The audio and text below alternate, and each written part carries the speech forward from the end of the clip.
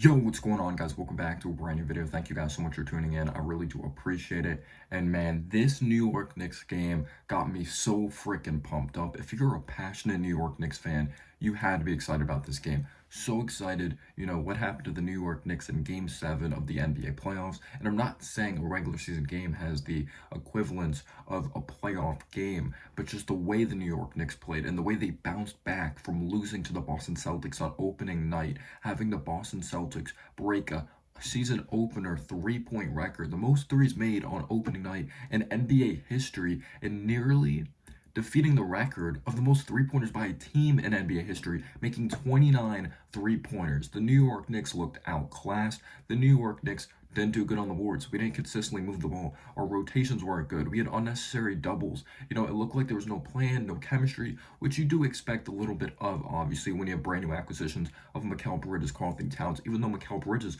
played with the Josh Hart at Villanova, Jalen Brunson, it's a totally different game. It's a totally different philosophy. Brand new coach. Tom Thibodeau isn't Jay Wright. Mikal Bridges was in a losing situation last season. You acquired new players of Cameron Payne.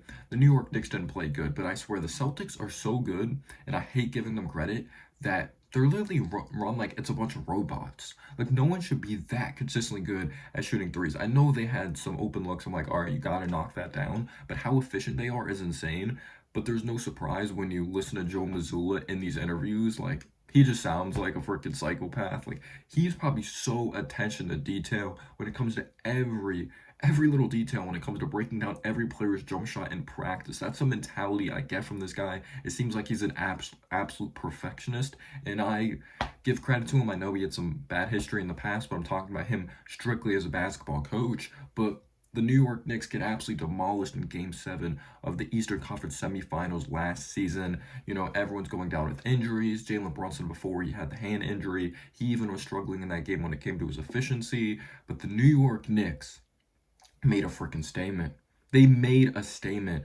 123-98, and talk about a totally different game. Celtics making 29 threes. You know how many the Pacers made? 3. You know who had 2 of those threes? Or 2 of those 3 threes? Benedict Mathurin, who was probably their best player in this game. He had 20 points coming off the bench. You could say TJ McConnell was pretty solid. He had 7 points. He had 5 assists. Obi Toppin leaked out a few times. You had Isaiah Jackson, who was pretty solid on the offensive glass a couple times, utilizing his athleticism for some putbacks. But you heard that right, though. 3 threes made in 2024 NBA. Going from a team that made 29 threes to 4 threes, and I was like, wow, we're actually playing a team that's missing threes. Do I think there's a different vibe at the Garden? Yes. Do I think there's more of an intimidating factor? Yes. But that's not just it. We have intimidating factors on this team on the defense side of the basketball. OG Anunoby, Mikal Bridges, way better in this game. You had OG Anunoby that even cracked double-digit points last game versus the Boston Celtics. You had Mikal Bridges that was not efficient at all from 3, even though he was better in that third quarter. But this was his best game, Mikal Bridges. Overall, this looked like the player we traded for. Versatile defensively, utilizing that wingspan, altering shots, being able to keep up with the passing lanes, operating from mid-range territory, knocking it down, making the extra pass, knocking down the 3 ball, utilizing his length in transition. He looked like a totally different player and a better player. This is the Mikal Bridges we knew and we know now, because hopefully his jump shot consistently stays that way. He knocked down one off the dribble. He knocked down a catch and shoot 3, which is very promising. You want to see him knock down those catch and shoot 3 balls. But the New York Knicks just absolutely dominated the Indiana Pacers. They were up as many as 33 points in this game, and Mikal Bridges had the assignment of Tyrese Halliburton from the opening tip. And what's he do to him? Just absolutely murders him. He's forcing him into tough, deep threes. He was 0 for 7 from 3 times, Halliburton. He was 0 for 8 from the field. They did a good job funneling him outside on the perimeter, making sure he doesn't get the defensive collapse and kicking to the outside of an Aaron Naismith, who's capable of shooting the 3 ball, a Miles Turner that's capable of popping it to the outside. He was non-existent. He had 0 points, 5 assists, didn't make 1 shot.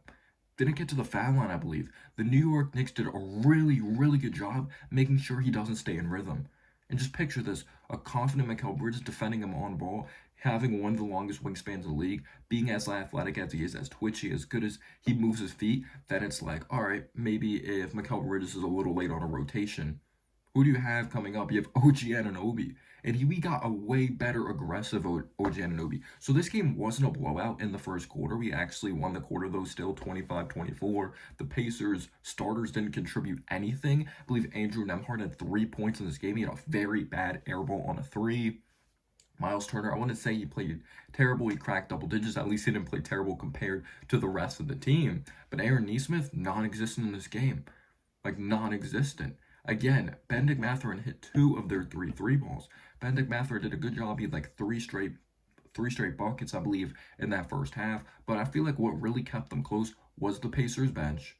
OB did a good job leaking out a couple times and having a bucket. There was a mismatch opportunity early on that the Knicks made adjustments to, and then OG Anunoby threw Siakam off his game because Siakam has a huge size advantage versus Josh Hart, and that got taken advantage of in the playoffs. So Siakam got a couple quick buckets, but Mathurin was able to produce with some buckets. McConnell was able to facilitate and set guys up. They should have played McConnell more, in my opinion, the Pacers, if they wanted a higher chance of winning. But at the end of the day, their starters didn't step up, but ours did.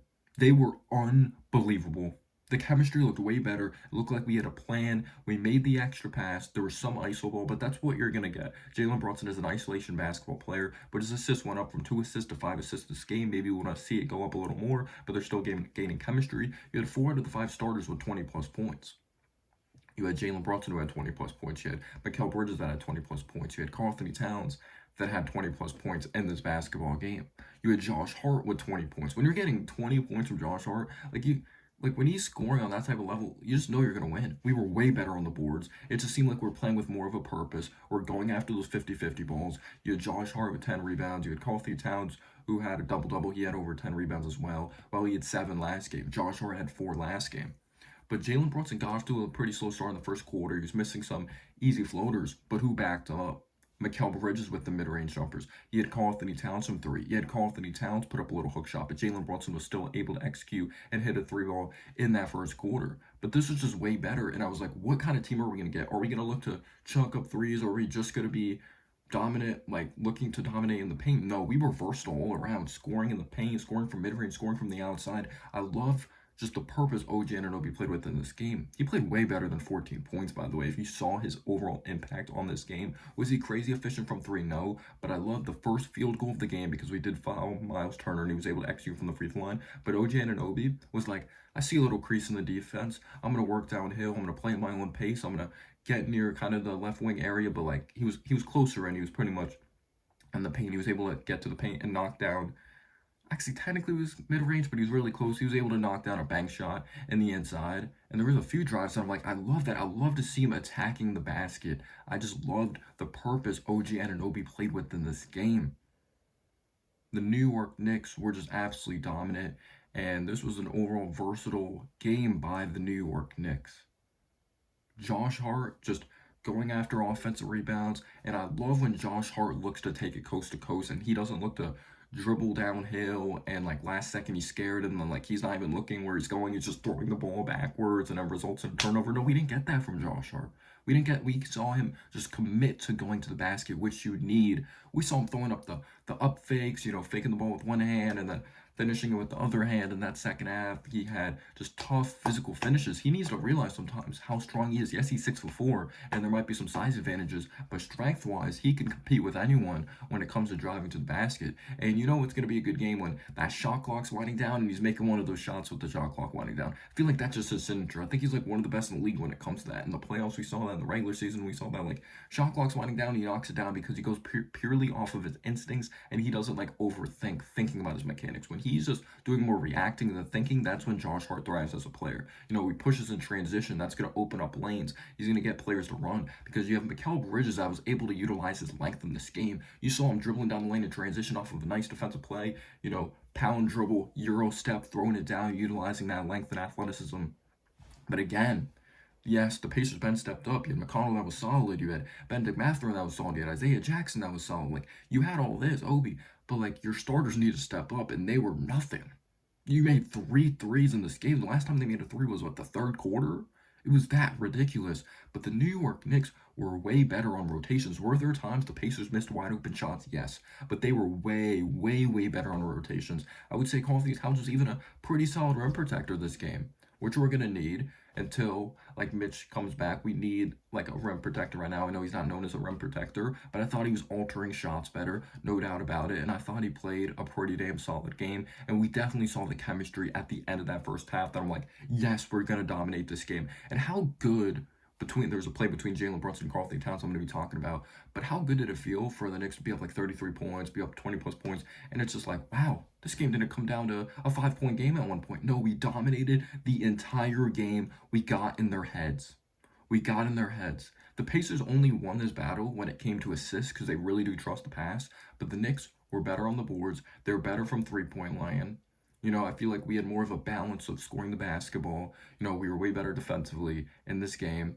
And I loved when Huck Porty came in the game and had a couple blocks at the end, and Deuce McBride was mentoring him. I thought that was really cool of Deuce McBride telling him like, you continue to put in the work, you're gonna get minutes. Like Tibbs does give minutes like to guys that like really do earn it, in my opinion. Sims actually, I'm kind of tired of the Sims experience. I'd rather see Huck Porty, but at the end of the day, as much as we like seeing Huck Porty in preseason, still has to earn it. Still has to prove himself in practice and get experience. So I do believe at some point that Huck Porty will take Sims's minutes, but this was just an overall dominant performance by the New York Knicks that I was just so pleased with. And how cool is it having a versatile center that you don't know if he's going to go up with a floater, you don't know if he's going to be hitting a three, you don't know if he's going to be driving down the lane and throwing it down, or he's going to be cutting to the basket. Like Mitchell Robinson, good rim protector, you know, good at getting offensive rebounds. He's a lob threat, but feels good having a versatile big man, even though Porzingis played more of the four, but he was still 7'3", so he's a taller player. That was the last versatile big we had. I'm not counting freaking Andre Bargnani. I'm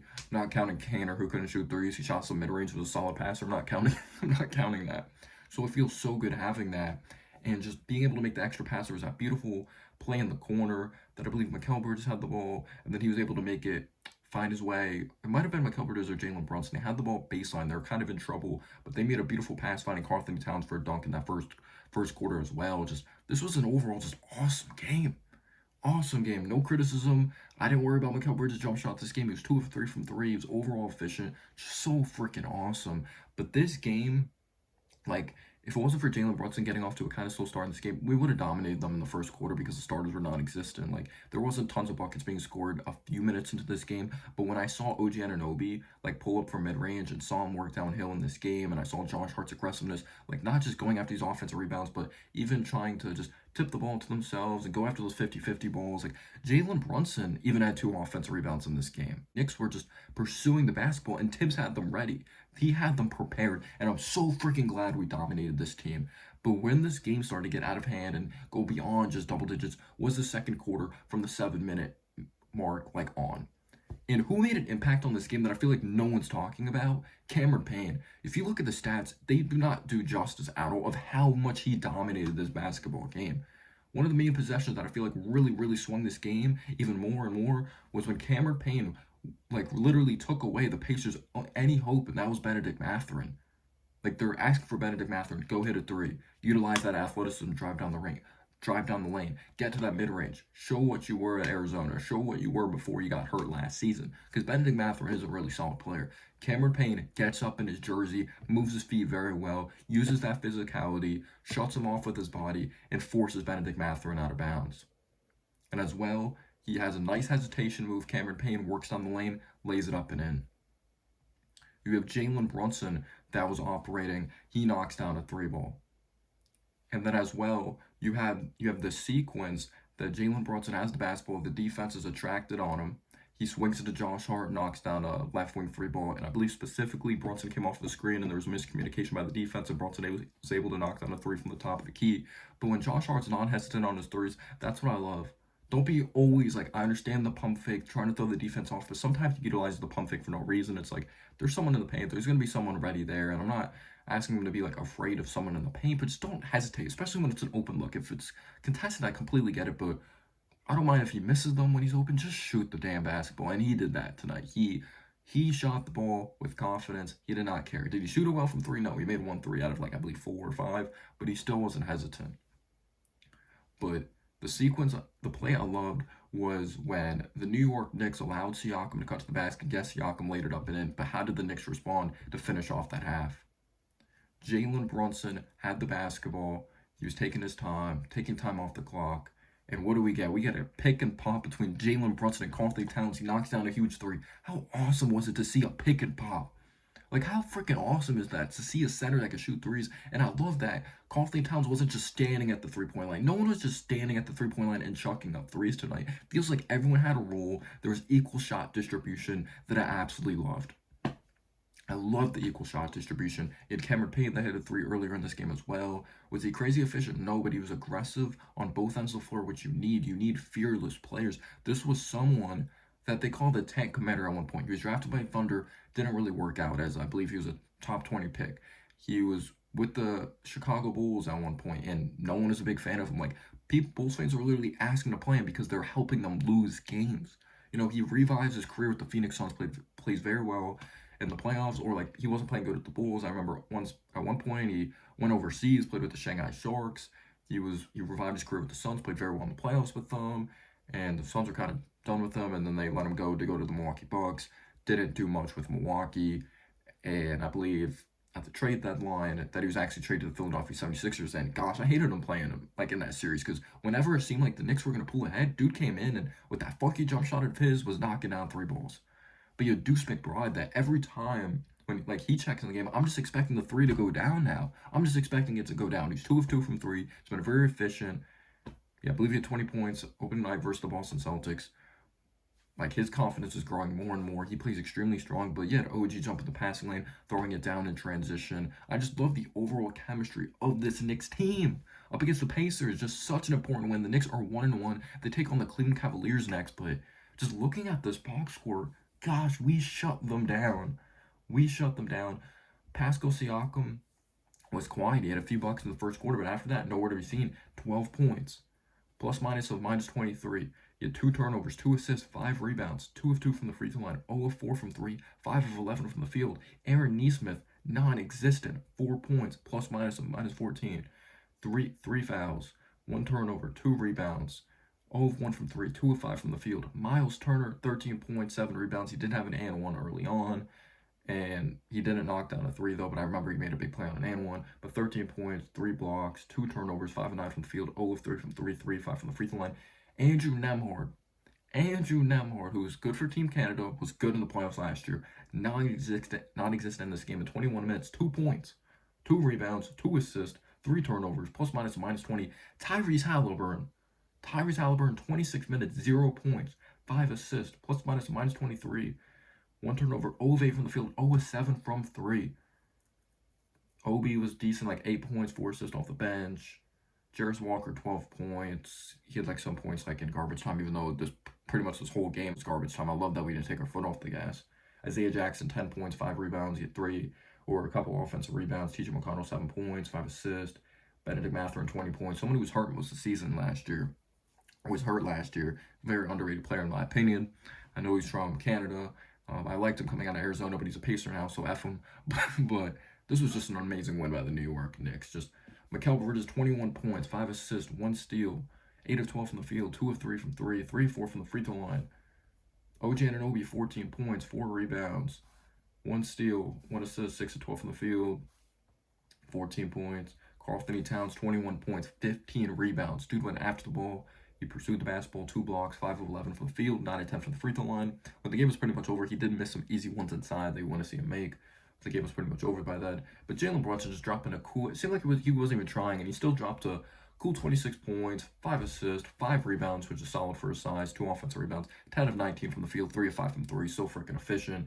I just loved when he broke down Aaron Nesmith, got to the buck, had this tough-ass finish, and he was saying, "Get the fuck out of here." Was he talking about the ref? Because the officiating was pretty bad when there was some contact, and he didn't get some calls. But, gosh, I just knew we were going to win this game with how fucking hungry we were.